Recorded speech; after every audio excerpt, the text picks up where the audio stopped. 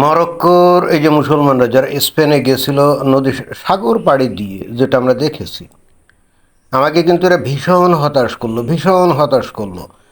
প্রচণ্ড মর্মবিদারী চিৎকার দিতে ইচ্ছা করছে যে এদের মধ্যে কি ইমান আকিদা কিছু আছে। আমার কাছে মনে হয়েছে তাদের ইমানি যে শক্তি খুবই দুর্বল। আদৌ ইমান আছে কি না আমার যথেষ্ট সন্দেহ তৈরি হলো। কেন কথাগুলো বললাম, এরা কিন্তু প্রথমে ভয়ঙ্কর রকম ইমানি জোশ দেখিয়ে সাগর সাঁতরিয়ে তারা কিন্তু এই স্পেনে গেছিল সেখানে ইসলামী রাজ্য স্থাপন করতে, ইসলামী খিলাফত প্রতিষ্ঠা করতে। কিন্তু মাত্র একদিনও যায় নাই, এই যে খবর চলে আসছে, টিকতে পারলো না স্পেনে, টিকতে পারলো না স্পেনে। তাহলে হলোটা কি?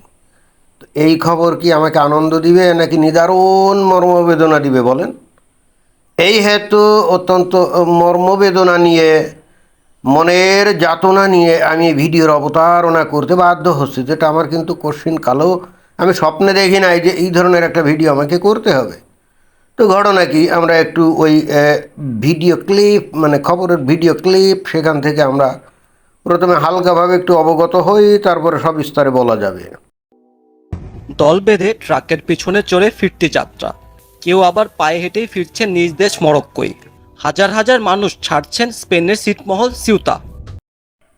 মুমিন মুসলমানের এই ধরনের ভীরুতা এবং কাপুরুষতা শোনার জন্য এখনও আমরা বেঁচে আছি। গেছিল কিন্তু বীর পুরুষের মতো, জীবনকে তুচ্ছ জ্ঞান করে সাগর পাড়ি দিয়ে। আর এখন যদি কাপুরুষের মতো এই যে ভীরু পায়, এই যে এখন পরাজিত সৈনিকের মতো এভাবে ফিরতে থাকে, তাহলে বলেন ভালো লাগবে কেমনে? মর্মযাতনায় আমি নিদারুণ ক্ষতবিক্ষত হয়ে যাচ্ছি। তো তারপরে 2 দিন আগেই উন্নত জীবনের আশায় তারা জীবনের ঝুঁকি নিয়ে সাগর পাড়ি দিয়ে পা রেখেছিলেন স্পেনের এই ভূখণ্ডে। বাংলাদেশের মিডিয়া এইমাত্র একটা ফালতু কথা বললো। এরা কিসের উন্নত জীবনযাপনের আশায় স্পেনে গেছিল? ইসলামী শাসনের অধীনে, যেখানে নাকি ইসলাম কায়েম হয়ে গেছে, ওর চাইতে ভালো জীবন এই দুনিয়াতে আছে। ইসলামী শাসন হলো আল্লাহর শাসন, আল্লাহর বিধান। তো আল্লাহর বিধানে মানুষ সবচাইতে বেশি সুখে শান্তিতে থাকবে, নাকি মনুষ্য রচিত তাগুতি বিধানের অধীনে সুখে শান্তিতে থাকবে বলেন? যে লোকটা এই যে বাংলাদেশে খবর পড়ছে না, এ লোকটাও কিন্তু মুমিন মুসলমান। দেখেন যে সে তার ইসলামী বিশ্বাসের এগেনস্টে গিয়ে কথা বলছে এবং মরক্কোর মুসলমানদের সম্পর্কে বাজে কথা বলছে। এরা কোনোভাবেই এই যে স্পেনে ভালো জীবনযাপনের আশায় যায়নি।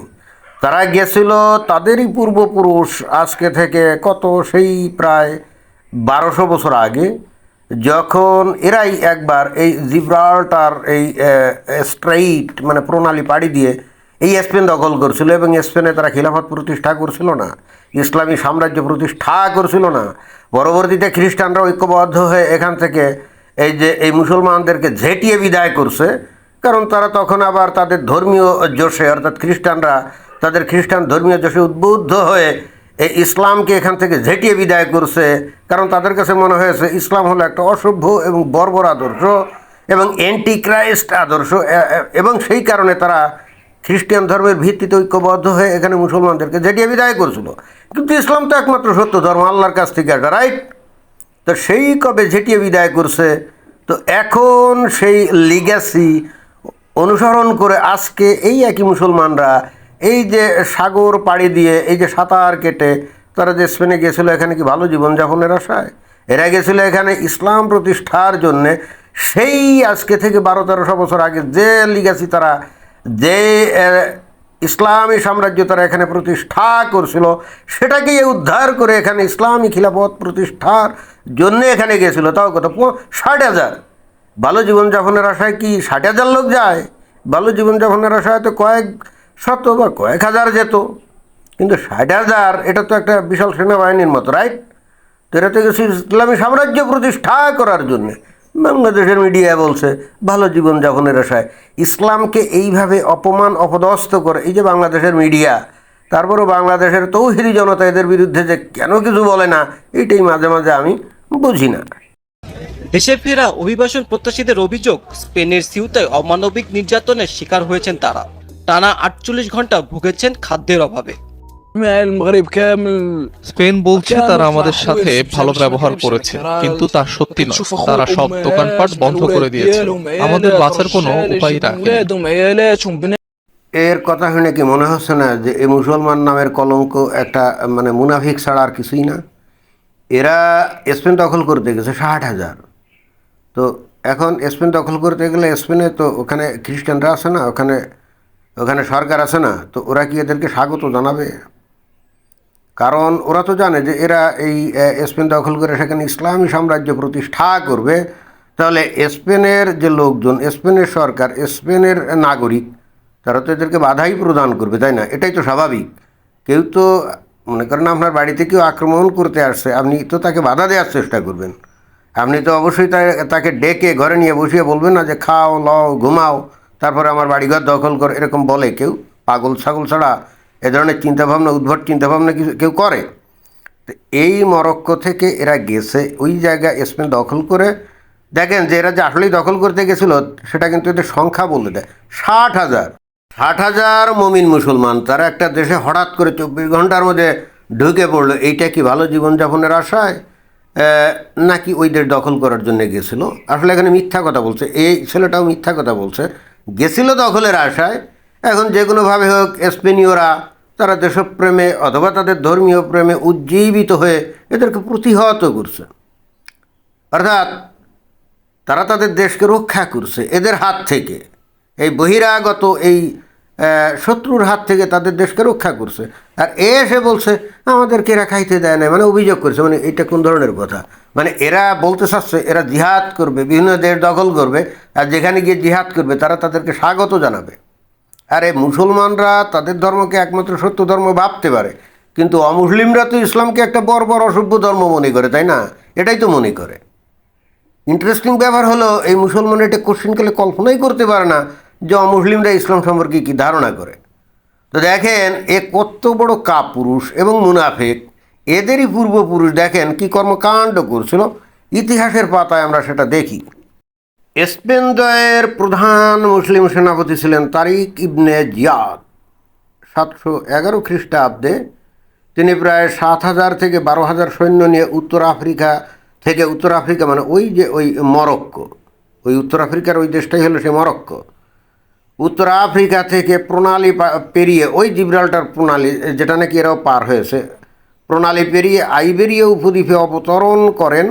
যে পাহাড়ে তিনি প্রথম নামেন সেটার নাম থেকেই আজকের জিব্রাল্টার, আরবি জাবাল তারিক অর্থাৎ তারিকের পাহাড় নামে উৎপত্তি। দেখেন মাত্র 12,000 সৈন্য নিয়ে এই স্পেনে নামছিল 711 খ্রিস্টাব্দে, এবং তারাই কিন্তু এই তৎকালীন স্পেনীয় যে রাজা এবং তাদের যে সেনাবাহিনী তাদেরকে পরাজিত করে স্পেন দখল করছিল। আর এরা 60,000 লোক, 60,000 মমিন মুসলমান ওই একই রাস্তা পাড়ি দিয়ে ওই স্পেনে ঢুকলো, আর এরা কিন্তু কিছুই করতে পারলো না। চিন্তা করে দেখছেন? এখানে তারা বলছে আমাদেরকে খেতে দেয় না, ফুরতে দেয় না। এই বেটা ফাতরামি করস, তোরে খেতে দিবে কেন? তুই ওদের দেশ দখল করতে গেছিস, ওরা তো তোদেরকে তাড়িয়ে দিতেই চাইবে। তা তুই না জিহাদ করতে গেছিস, তোর তো উচিত ছিল তাদের সাথে যুদ্ধ করা। আর তোরা খাবার পাস নাই, তা তোদের কি খাইতে দিবে? বল, তোদের কি খাইতে দিবে? তোরা কিছু দেশ দখল করতে আর তোদেরকে ওরা খাইতে দিবে? মানে কি অদ্ভুত চিন্তা ভাবনা।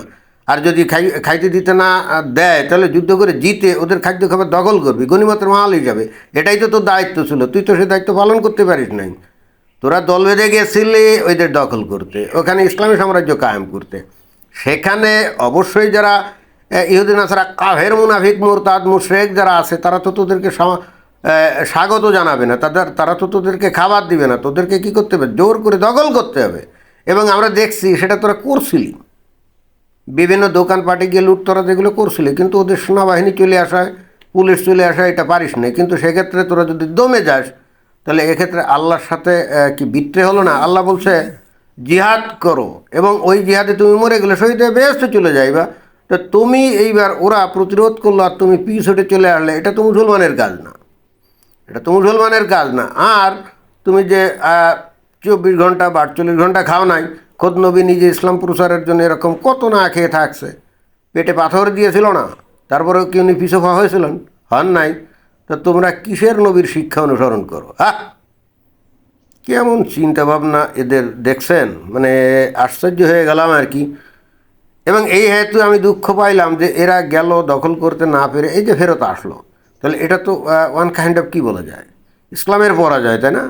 আল্লাহ এবং নবীর নির্দেশ মোতাবেক এরা কিন্তু ওই দখলই করতে গেছিল, কিন্তু কাফেরদের মানে খ্রিস্টানদের প্রতিরোধের মুখে এরা কিন্তু পিছু টান দিয়ে চলে গেছে। তবে ইন্টারেস্টিং ব্যাপার কি জানেন, এই খোদে স্পেনে এই যে সরকারটা আছে না, এরা নিজেরাই কিন্তু চায় মুসলমানরা এসে এদের দেশ দখল করুক। যেমনটা এই ভারতে এই কমিউনিস্টরা ওরাও চায় ভারত আবার মুসলমানরা দখল করুক। ইন্টারেস্টিং ব্যাপার না? এই কিছুদিন আগে স্পেনে কোর্ট থেকে নির্দেশ দিয়েছে যারা নাকি সাগর পাড়ি দিয়ে স্পেনে ঢুকবে তাদের নাকি ফেরত পাঠানো যাবে না। তো এটা কী ধরনের নির্দেশ? এর মানেই তো আসলে ইনডিরেক্টলি তারা বলতে চাচ্ছে, হে মুসলমানরা, তোমরা আসো আমাদের দেশে, এসে দখল করো। এবং এরাও কিন্তু সেইটাকে সাড়া দিয়ে আসছিল। আসার পরে হঠাৎ করে এরা এদের সরকার এই যে এই বিট্রে করলো, মানে কোর্টে যে নির্দেশ দিয়েছিল সেটা থেকে, সেই পজিশন থেকে তারা বিট্রে করলো। তাহলে কোর্টে নির্দেশ দিল কেন? দিছে কি জন্য জানেন? এরা অতিমানবীয় ভাব দেখায়, ভয়ঙ্কর মানবিক। হ্যাঁ, কষ্ট করে সাগর পাড়ি দিয়ে আসলে তাদেরকে যদি আমরা ফেরত পাঠাই এটা তো খুবই অন্যায়। আরে বেটা, তুই কাদেরকে আশ্রয় দিচ্ছিস সেটাও তো দেখতে হবে। ও কি তোর দেশ দখল করতে আসছে, না ও সত্যি সত্যি ওর জীবন বিপন্ন এই জন্যে তোদের দেশে আসছে? এই যে 60,000 লোক যে আসছিল, মানে এখন আমি এই স্পেনের পয়েন্ট অফ ভিউ থেকে কথা বলছি, এই যে 60,000 লোক যে আসছিল, এদের মধ্যে কারো জীবন কি ওই মরক্কোতে বিপন্ন ছিল নাকি? কারো জীবন মরক্কোতে বিপন্ন ছিল না। ওরা তো আসছিল তোদের দেশ দখল করার জন্যে। তা তোরা এত না শিক্ষিত জ্ঞানীগণী ইউরোপীয়, তোরা এত না জ্ঞান বুদ্ধিবিদ্যা, এত পড়াশোনা করিস, এত গবেষণা করিস, তা তোরা জানিস না ওদের মনোভাব? ইসলাম পড়িস না? ইসলামের বিধান কি? ওরা তো তোদের দেশ দখলই করতে আসছিল। ওরা তো উপরে উপরে বলতেছিল যে আমাদের জীবন বিপন্ন এবং এর জন্য আশ্রয় নিতে আসে। এটা তো পুরো ভুয়া কথা, মিথ্যা কথা, বোগাস কথা। বরং ওদের কারণে, ওরা মরক্কোয় ছিল না, ওদের কারণে অন্য মানুষের জীবন বিপন্ন ছিল, ওদের জীবন বিপন্ন ছিল না। এই যে বাংলাদেশ, পাকিস্তান ইত্যাদি দেশ থেকে যে মুসলমানরা পশ্চিমের দেশগুলোতে গিয়ে হাজির হয়ে তারপর আশ্রয় চায় আর বলে যে ওদের জীবন বাংলাদেশে বা পাকিস্তানে বিপন্ন ছিল, এগুলো সবই মিথ্যাবাদী, ভুয়া, মুনাফিক। এরা মিথ্যা কথা বলে। এদের কারোরই জীবন বিপন্ন ছিল না, বরং এদের কারণে অন্য মানুষের জীবন বিপন্ন ছিল, তাই না? কিন্তু তারপরে ওরা তো মহামানবের অবতার হয়ে এদেরকে আশ্রয় দেয়। দাও, ভালো কথা। আরে বাবা, এরা তো তোদের দখল করতে যায়, এটা বুঝিস না? আর কত তোদেরকে বুঝাতে, এবার কবে বুঝবি তোরা?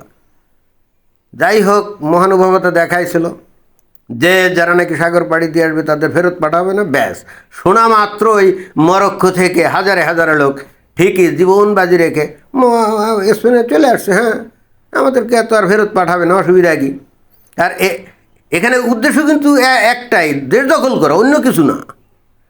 অর্থাৎ এখন যদি মনে করেন যে এদের ফেরত না পাঠাইতো, যেটা নাকি আমি দেখলাম যে সেনাবাহিনী পুলিশ টুলিশ দিয়ে ধরে রাউন্ড আপ করে এদেরকে নাকি ফেরত পাঠিয়েছে, যদি ফেরত না পাঠাতো, মহানুভবতার প্রতিমূর্তি সেজে, অবতার সেজে যদি এদেরকে আশ্রয় প্রশ্রয় দিত, তাহলে পরের দিন আবারও আর 60,000 আসতো, এরপরে আবারও আর 60,000 আসতো, তাই না? আস্তে আস্তে পুরো এই ইউরোপ দখল করে ফেলতো। এবং ইউরোপের অন্যান্য দেশ যেমন ইতালি, বুঝে গেছে ঘটনা কি, আমাদের এই খ্রিস্টান ল্যান্ড তো দখল করার জন্য এরা আসতেছে।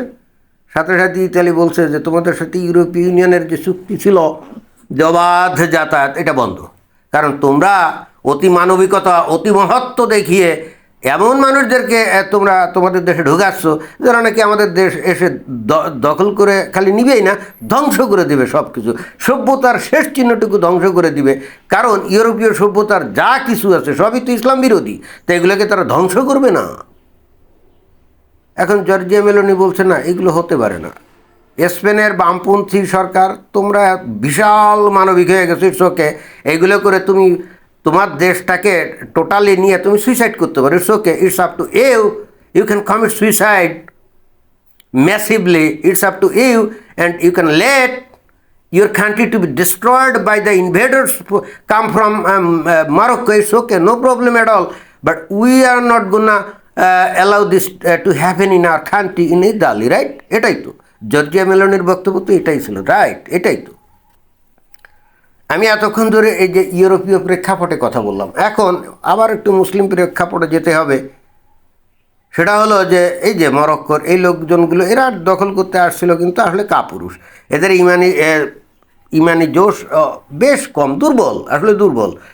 তাই যদি না হতো এরা জানবাজি লড়াই করতো, এবং করলে কিন্তু জিতে যেত। কীরকম, এরা যদি এখানে লড়াই শুরু করতো সেনাবাহিনী বা পুলিশের সাথে, ইভেনচুয়ালি ওখানে কিন্তু পুলিশ বা সেনাবাহিনীকে গুলি করতে হতো, আর লোকজন এখানে মারা যেত না। কিছু লোক মারা গেলেই দেখতেন যে এই এই খোদ স্পেনের লোকজন এদের পক্ষে দাঁড়িয়ে যেত। হ্যাঁ, এইভাবে বর্বর হত্যাকাণ্ড ঘটানো হচ্ছে, ওরা অসহায় মানুষ, ওদেরকে কেন মেরে ফেলা হচ্ছে। দেখতেন যে একেবারে চতুর্দিকে রব উঠে যেত। স্পেন সরকার অমানবিক কর্মকাণ্ড করছে। অর্থাৎ এই মুসলমানদের এই যে ভিতরে লালিত স্বপ্ন, এই দখল করা ইউরোপ বা স্পেন দখল করা, এর পক্ষেই চলে যেত ইভেনচুয়ালি। কারণ ওরা তো ভয়ঙ্কর রকম মানবতাবাদী, এমন মানবতাবাদী যে দরকারে তার দেশ ধ্বংস হয়ে যায়, কিছু কেন প্রবলেম অ্যাট অল। যেমন এই যে পশ্চিমবঙ্গে এই কমিউনিস্টরাও কিন্তু একই কিসিম, দেশ ধ্বংস হয়ে যাক, সমাজ ধ্বংস হয়ে যাক, ইট ডাজন্ট ম্যাটার। কিন্তু ভয়ঙ্কর মানবতাবাদী, এমন মানবতাবাদী যে দরকারে তারা নিজের পাশার কাপড়টা উল্টায় ধরে বলে যে আসো আসো মজা নাও, তারপরেও তার মানবতা তাকে দেখাতে হয়। এবং এইগুলো করে করে করে করে আজকে পশ্চিমবঙ্গের এই অবস্থা। কি ঠিক বললাম না ভুল বললাম বলেন? তো মরক্কোর এই মুসলমানরা ফিরে গিয়ে আমার হৃদয়টা ভেঙে দিল। আমি ভাবছিলাম যে এইবার ইউরোপ দখল হয়ে যাবে এবং সারা বিশ্বে ইসলামের পতাকা উঠবে, কিন্তু এই মরক্কোর মুসলমানরা আমাদেরকে হতাশ করলো। ব্যক্তিগতভাবে আমাকে তো ভয়ঙ্কর রকমভাবে হতাশ করলো। ধন্যবাদ।